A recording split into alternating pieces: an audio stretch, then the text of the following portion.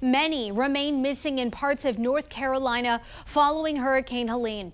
Ryan Smith joins us at the live desk with how the lack of federal resources, Ryan, could make the cleanup process even slower. And tonight, President Biden warning that the SBA's disaster loan program is out of money. Now, that's a critical lifeline to those hurricane-ravaged communities. So far, the SBA has received about 49,000 applications for relief.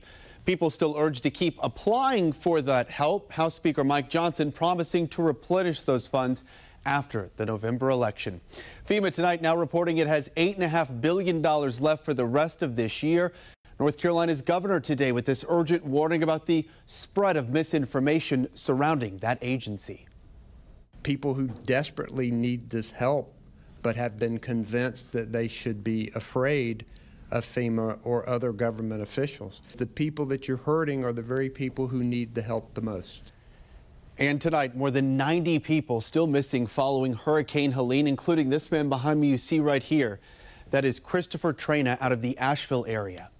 We just have to be hopeful and grateful that the time will come and they'll find him.